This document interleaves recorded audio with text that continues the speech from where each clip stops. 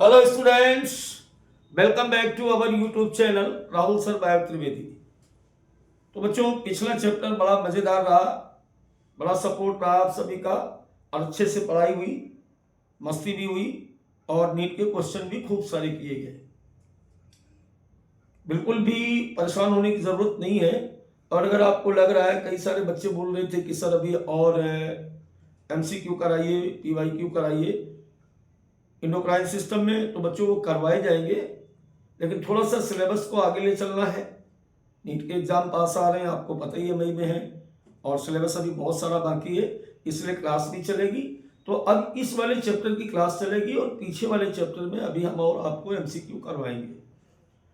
चलिए, आज हम लोग स्टार्ट करने जा रहे हैं एक नया चैप्टर, और वो नया चैप्टर हमारा है neural coordination and neural control and coordination. जब तक इस चैप्टर को मैंने पढ़ाना स्टार्ट किया तो उसके पहले ही बच्चे बोलते हैं सर ये बड़ा जो है वो बड़ा टफ है, ये समझ नहीं आता है, इसमें ऐसे हो जाता है वैसे हो जाता है ना, क्वेश्चन नहीं निकल रहे। मैं आपसे प्रॉमिस करता हूँ कि अगर आप पूरी सिंसियरिटी से क्लास को देखेंगे, सुनेंगे और नोट्स बनाएंगे बिना बात किए, तो 100% आपको चैप्टर समझ में भी आएगा और जो हमारा टारगेट है, जो हमारा गोल है नीट का, वो वहां पे जो सवाल आने वाले हैं 2026 में वो क्वेश्चन भी आप कर पाएंगे। तो चलो, समय की कीमत हम सभी जानते हैं, तो टाइम बर्बाद ना किया जाए इधर उधर की बातों में, बात स्टार्ट करते हैं आज के क्लास की। तो सबसे पहले आज हम लोग बात करने वाले हैं कि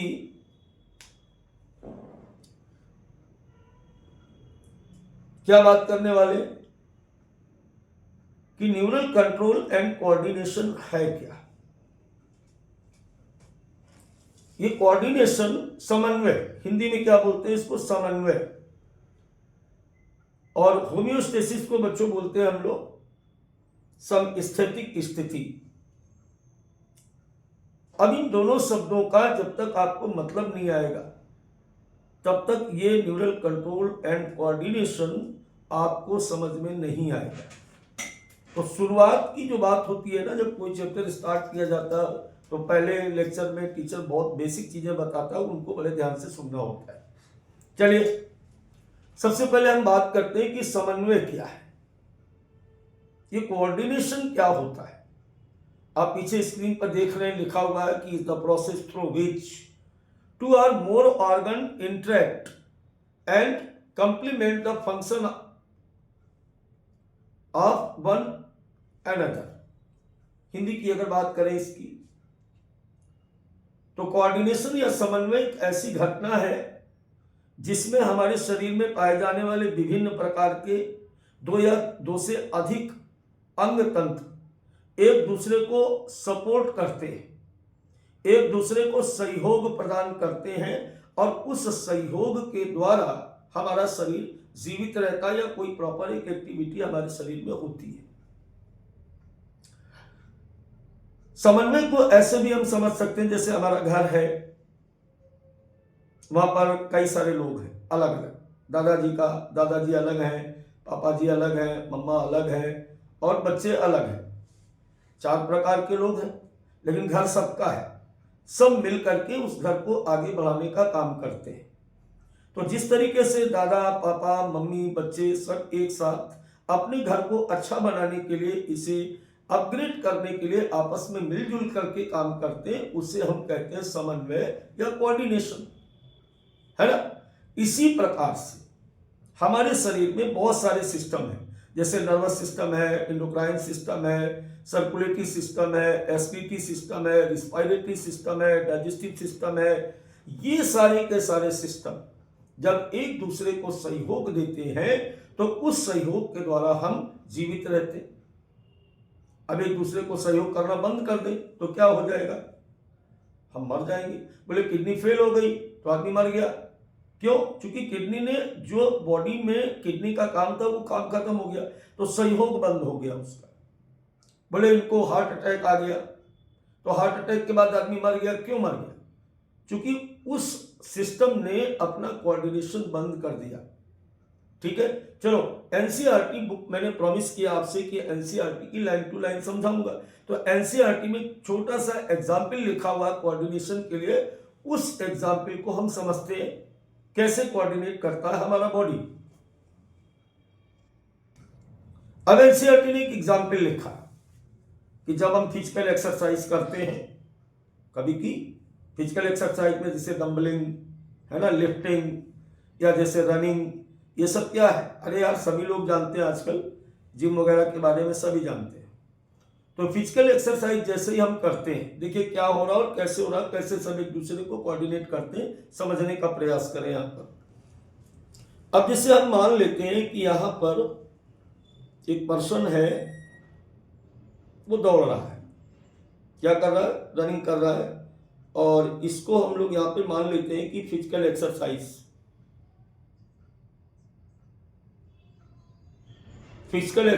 कर रहा है। अब फिजिकल एक्सरसाइज जो है, जो कर रहा है,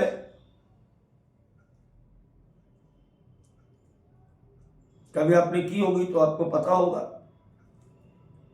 कि कोई भी फिजिकल एक्सरसाइज में हो क्या रहा है।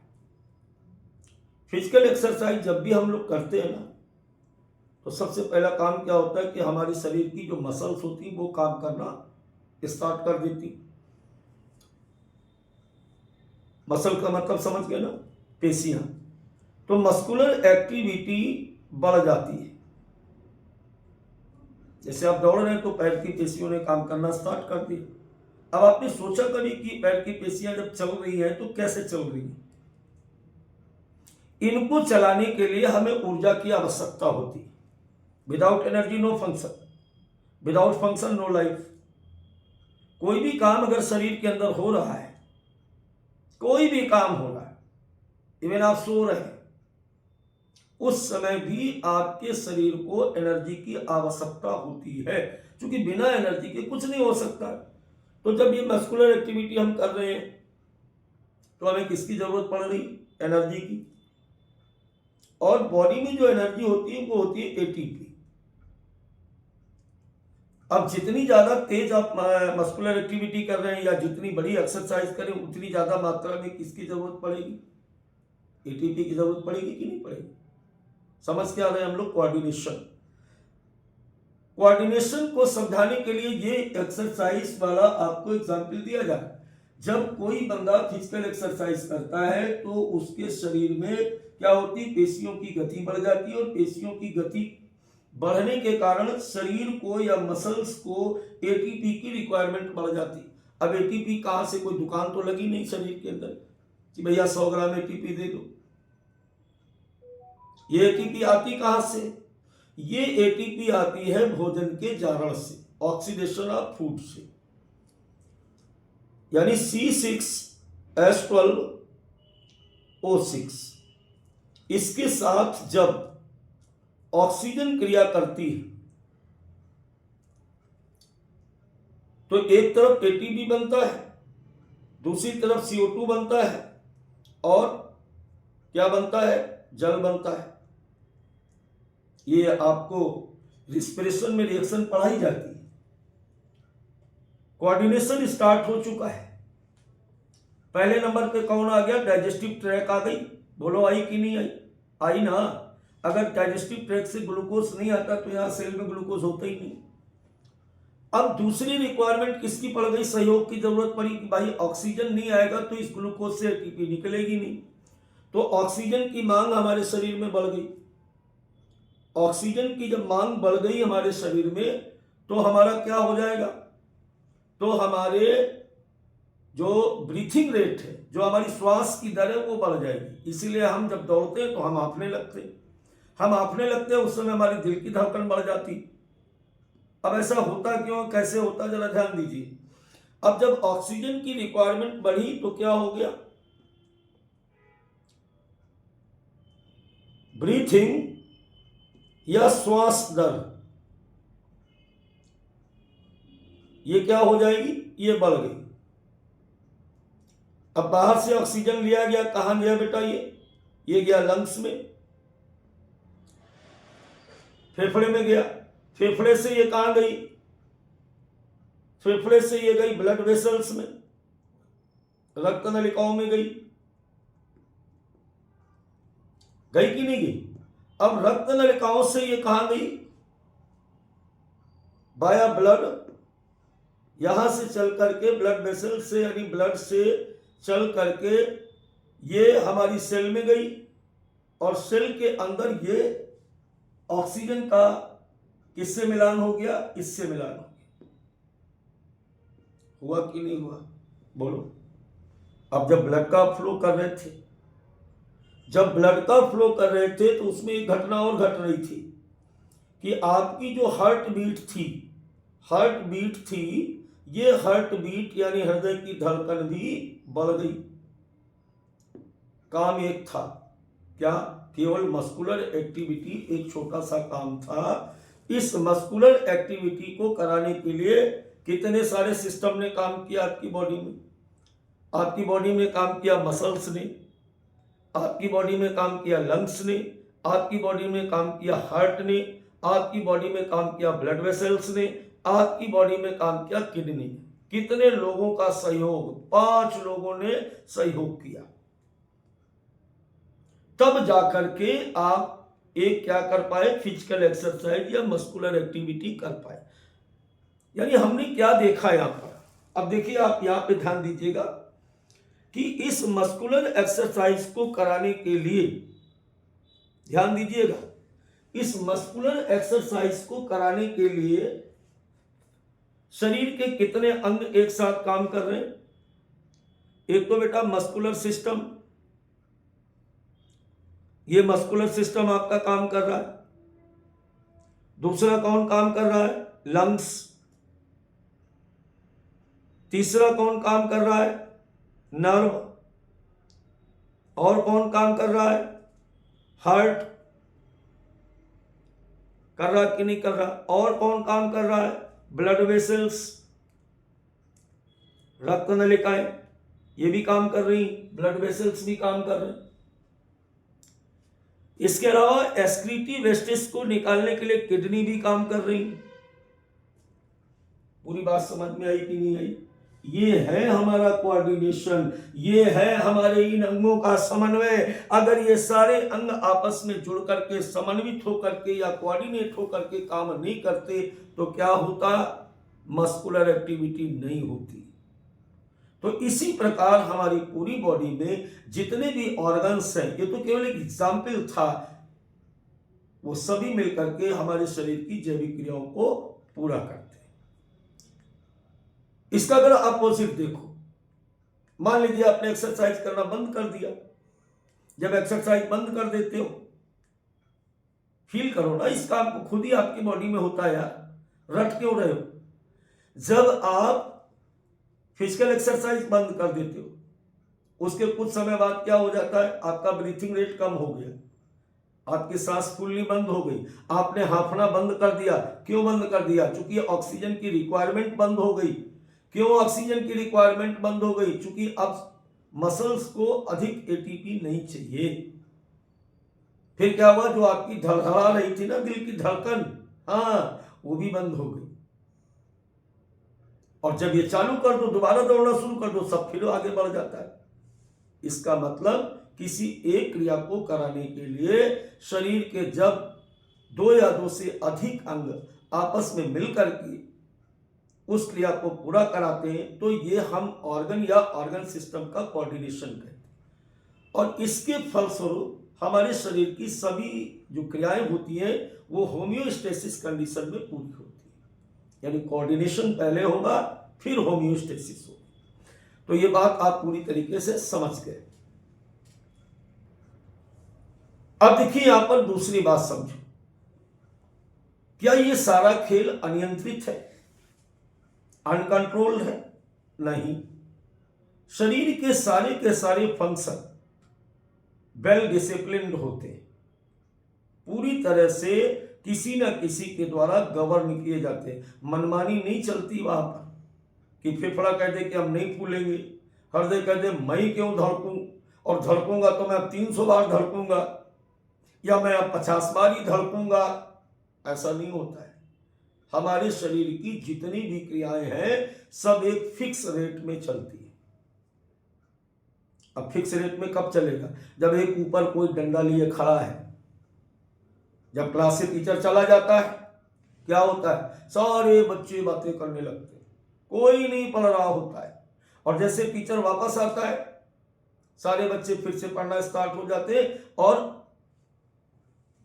तो इसका मतलब क्या है कि क्लास का डिसिप्लिन कोई कंट्रोल कर रहा है, और कौन है वो होता है टीचर। इसी तरीके से हमारे शरीर में जितनी भी जैविक क्रियाएं हो रही हैं वो सभी प्रकार की जैविक क्रियाएं एक कंट्रोलिंग सिस्टम के द्वारा कंट्रोल की जाती। एक गवर्निंग सिस्टम हमारी बॉडी में है जो सभी क्रियाओं को एक एक्यूरेट कंडीशन में पूरा कराता है। क्लियर हुई बात? चलिए, तो अभी जैसे कि हम लोग बात कर रहे थे बेटा कि होम्योस्टेसिस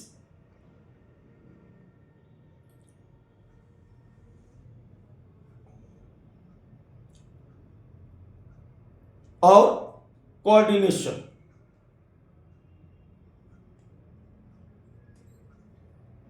इसकी हम लोग बात कर रहे थे। अब इसे गवर्न कौन करता है? Good question. It is govern by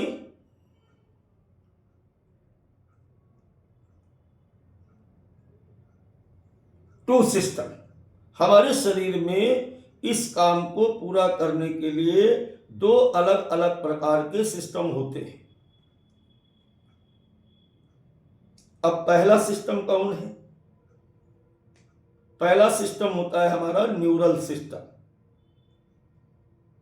neural system यानी इसे हम कहते हैं तंत्रिका तंत्र। और दूसरा सिस्टम क्या होता है? वो होता है endocrine system.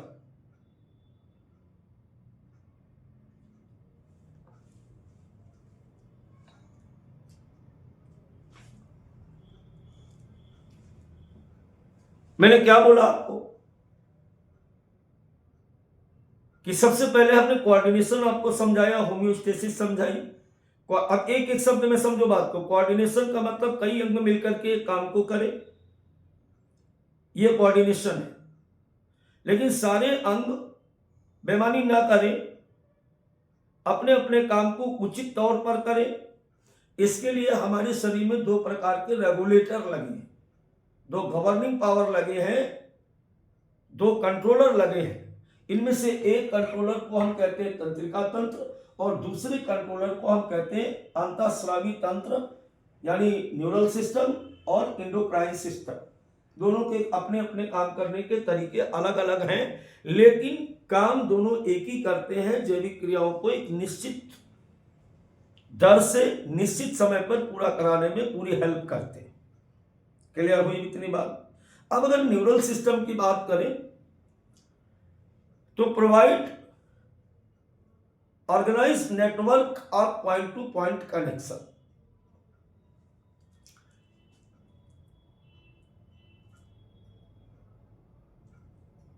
Provide an organised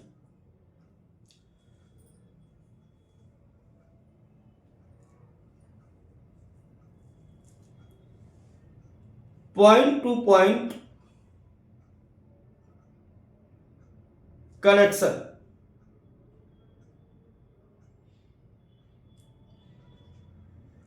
ये बात अभी थोड़ी देर बाद समझ में आएगी कि किस प्रकार से ये पॉइंट टू पॉइंट कनेक्शन के द्वारा कैसे काम करता है। दूसरी इसकी विशेषता है कि क्विक कोऑर्डिनेशन करेगा, तुरंत क्विक कोऑर्डिनेशन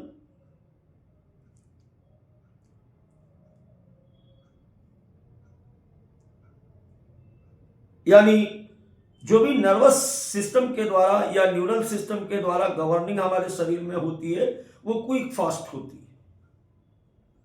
तीसरी एक बात और यहां पर समझ ले, वो भी बहुत जरूरी है कि पूरा नर्वस सिस्टम हमारा जो होता है वो शरीर की कुछ विशिष्ट प्रकार की कोशिकाओं से बना होता है, और उन विशिष्ट प्रकार की कोशिकाओं को हम लोग कहते हैं तंत्रिका कोशिकाएं।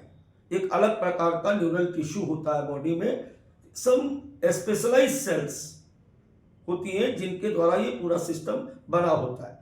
तो made up of highly specialized cells, made up of highly specialized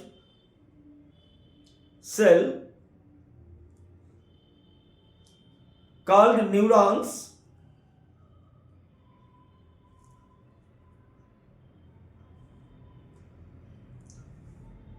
इनका काम क्या है?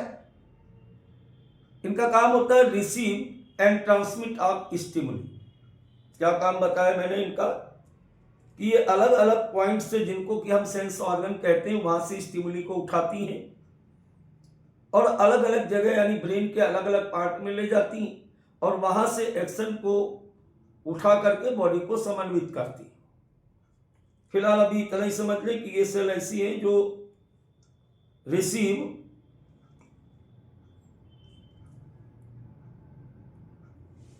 And transmit of stimuli. अभी सब हम बताएंगे आपको, स्टिमुली क्या होता है सब बताया जाएगा। अभी बिल्कुल बेसिक बातें बता रहे हैं और लाइन टू लाइन एनसीईआरटी आप बुक रख कर देख लीजिए, आपको एक एक शब्द वहीं से मिलेगा।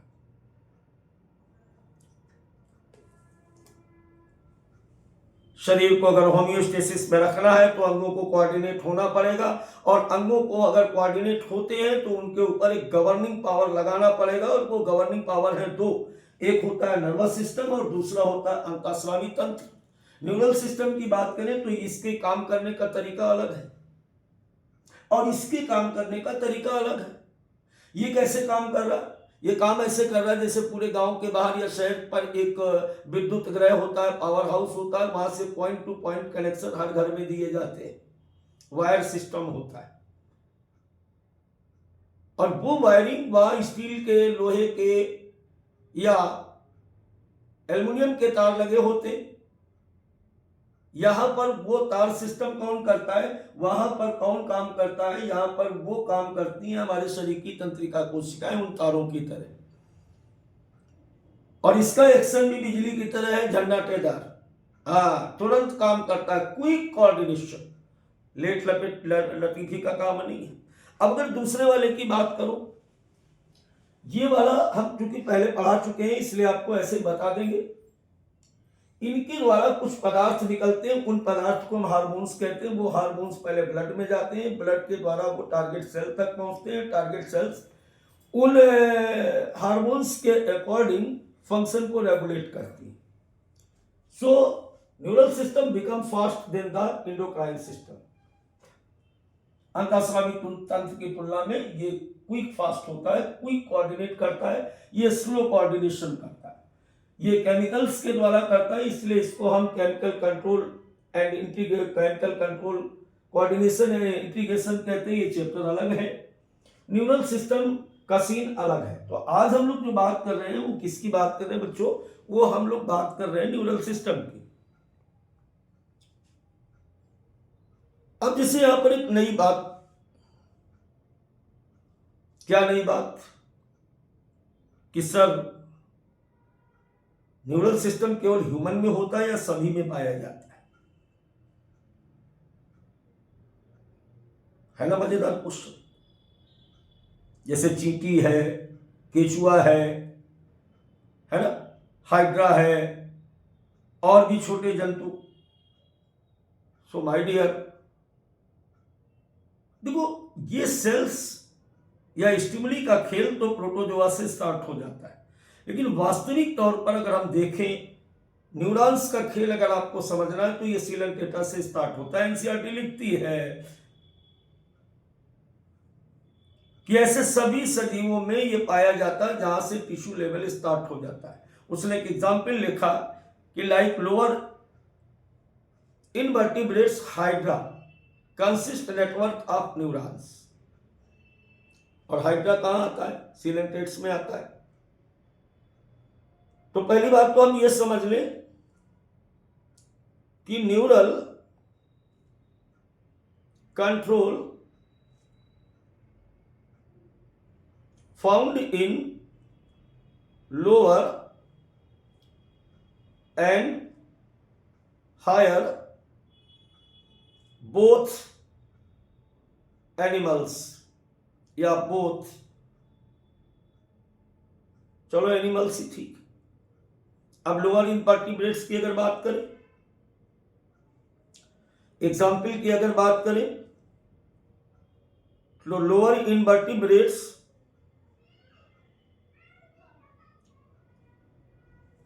का एग्जाम्पल है हाइड्रा।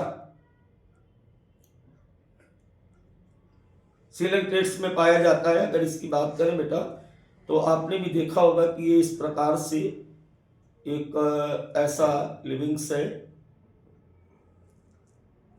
ये इसका हाइपोस्टोम, और इस हाइपोस्टोम के साथ यहां पर ये टेंटिकल्स लगे रहते हैं ऐसे ऐसे। अब इसकी बॉडी में ये तमाम सारे ऐसे न्यूरॉन्स होते हैं, ऐसे पूरे न्यूरॉन्स का ऐसे कनेक्शन पाया जाता है। ये वो तंत्रिका कोशिकाएं हैं जो इसकी पूरी बॉडी में इस तरीके से ऐसे फैली रहती, और इनका वही काम है यहाँ भी। ये देखिए, ये जो आप देख रहे हो इस द नेटवर्क ऑफ न्यूरॉन्स।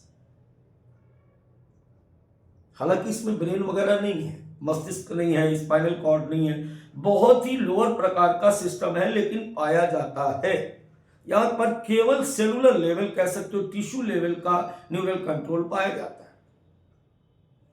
अब अगर यही क्वेश्चन आगे बढ़ा दें, अभी हमने चींटी का नाम लिया था, अब चींटी क्या है बेटा? इंसेक्ट। अगर यही बात हम थोड़ा ऊपर वाले फाइलम की बात करें, जैसे आर्थ्रोपोडा, आर्थ्रोपोडा का एक क्लास है इंसेक्टा। कोई भी इंसेक्ट लेते हैं वहां भी ये सिस्टम पाया जाता है, लेकिन हाइड्रा की तुलना में बेटा ये कैसा है? हाइड्रा की तुलना में ये बेटर ऑर्गेनाइज्ड है।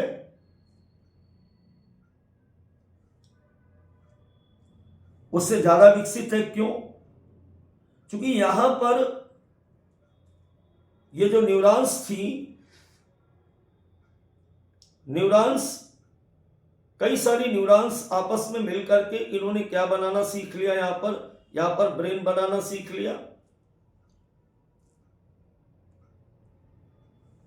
या गैंग्लिया बनाया,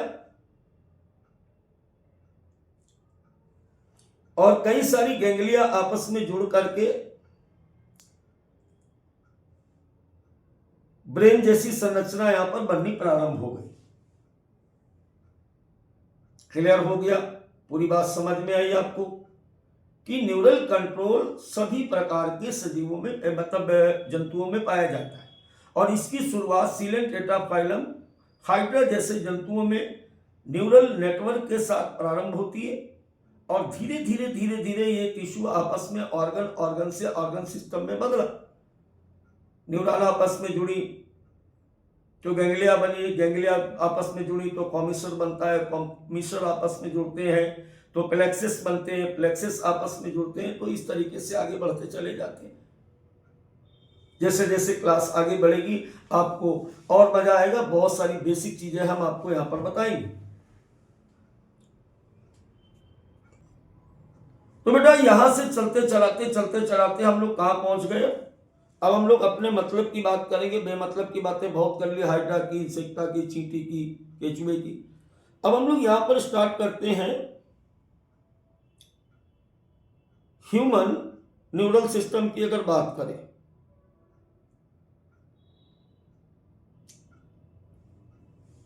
तो एक बात यहां पर बहुत समझ लो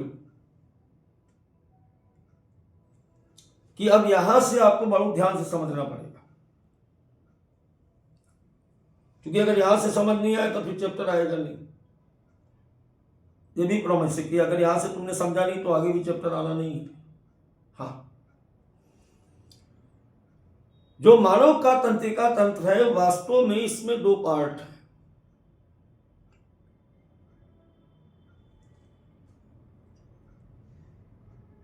एक बार पुनः कह रहा हूं, बड़ी गंभीरता से लेना बेटा इसको। दो पार्ट हैं इसके। एक पार्ट इसका जो कहलाता है इसको हम कहते हैं CNS, दूसरे वाले पार्ट को हम कहते हैं PNS। अब आपके दिमाग में होगा कि आप जो है इस बात को समझें कि सेंट्रल नर्वस सिस्टम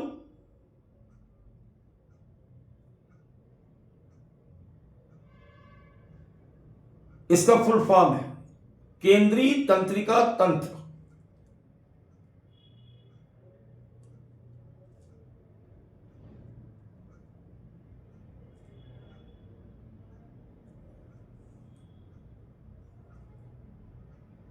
ठीक है, दूसरे को हम कहते हैं peripheral nervous system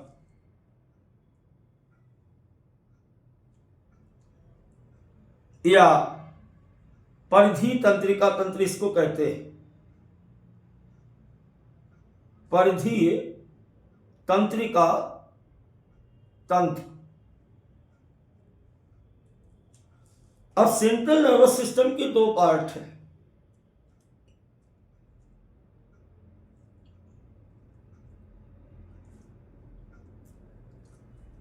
central nervous system के दो पार्ट हैं।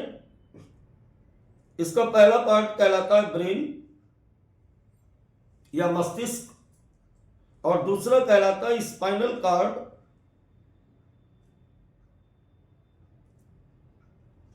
या तंत्रिका रज्जु। क्लियर हो गई इतनी बात। पीएनएस की अगर बात करें तो वास्तव में पीएनएस जो है कंपोज्ड विथ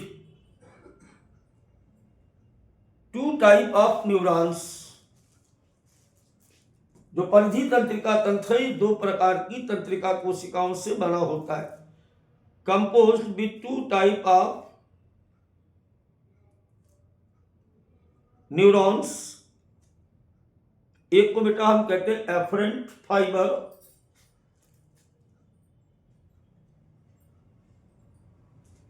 एक प्रकार की न्यूरॉन्स जो होती है इनको हम कहते हैं एफरेंट फाइबर्स,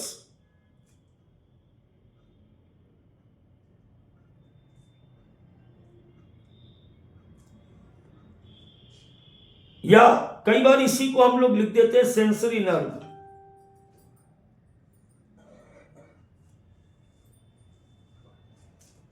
और दूसरी प्रकार की जो न्यूरॉन्स होती हैं इनको हम कहते हैं इफरेंट न्यूरॉन्स,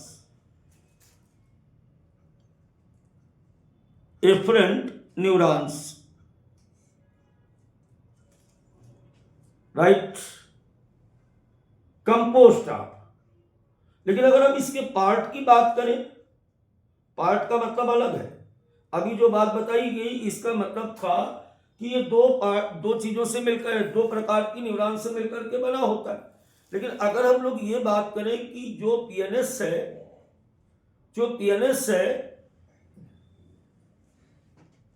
इधर बात करते हैं, जो पीएनएस है क्या इसके पार्ट नहीं है? इसके पार्ट हैं बेटा, इसके दो पार्ट। पहला पार्ट इसका कहलाता है सोमैटिक नर्वस सिस्टम और दूसरा पार्ट कहलाता autonomous nervous system, autonomous nervous system.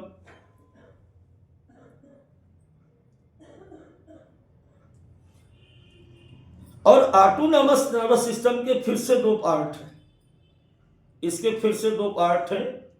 देखो मैंने कहा था ना कि यहां से मामला अलग हो जाएगा। अगर आप ईमानदारी नहीं कर रहे हैं तो बिल्कुल समझ ही नहीं आएगा पढ़ा क्या रहा हूं। एक को हम कहते हैं सिंपैथेटिक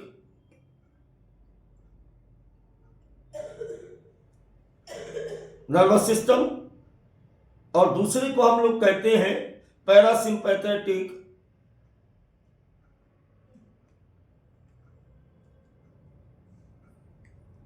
नर्वस सिस्टम। तो दो पार्ट हो गए किसके, ऑटोनॉमस नर्वस सिस्टम के। दोबारा से पूरी बात को समझे एक साथ। सीएनएस और पीएनएस दो पार्ट है। सीएनएस के केवल दो पार्ट है, ब्रेन और स्पाइनल कार्ड। पीएनएस जो होता है वो दो प्रकार की तंत्रिकाओं से मिलकर के बना होता है, एफरेंट और इफरेंट। लेकिन अगर हम इसके पार्ट की बात करें तो पीएनएस के दो पार्ट हैं। एक होता है सोमेटिक नर्वस सिस्टम और दूसरा होता है ऑटोनॉमस नर्वस सिस्टम। और ऑटोनॉमस के फिर से दो पार्ट है, सिंपैथेटिक नर्वस सिस्टम और पैरासिम्पैथेटिक नर्वस सिस्टम। सबके पार्ट अलग अलग, ध्यान रखने की जरूरत है। एनसीईआरटी ने एक चीज और अलग से लिखी। क्या लिखा उसने, विसरल नर्वस सिस्टम। अब ये विसरल नर्वस सिस्टम क्या है, देखो सीएनएस से विसरल नर्वस सिस्टम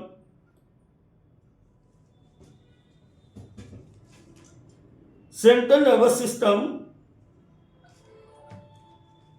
से नर्व फाइबर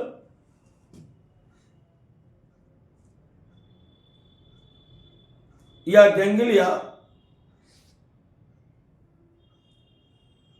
या प्लेक्सस, ये सब आपको समझाऊंगा ये होते क्या है। कहां गए, विसरल ऑर्गन्स में। अब आप सोच रहे ये कौन से अंग है, बेटा जितने भी इस जगह जहां मैंने हाथ लगा रखे ना, यहां से लेकर के और आपके पैंट की बेल्ट जहां पे लगती है, इसके अंदर जो कुछ भी भरा हुआ है, चाहे वो एलिमेंट्री कैनाल हो या लंग्स हो, लीवर हो, किडनी हो, जो कुछ भी इसके अंदर घुसा है, हृदय, वो सब के सब एक साथ, उनको हम कहते हैं विसरल ऑर्गन्स।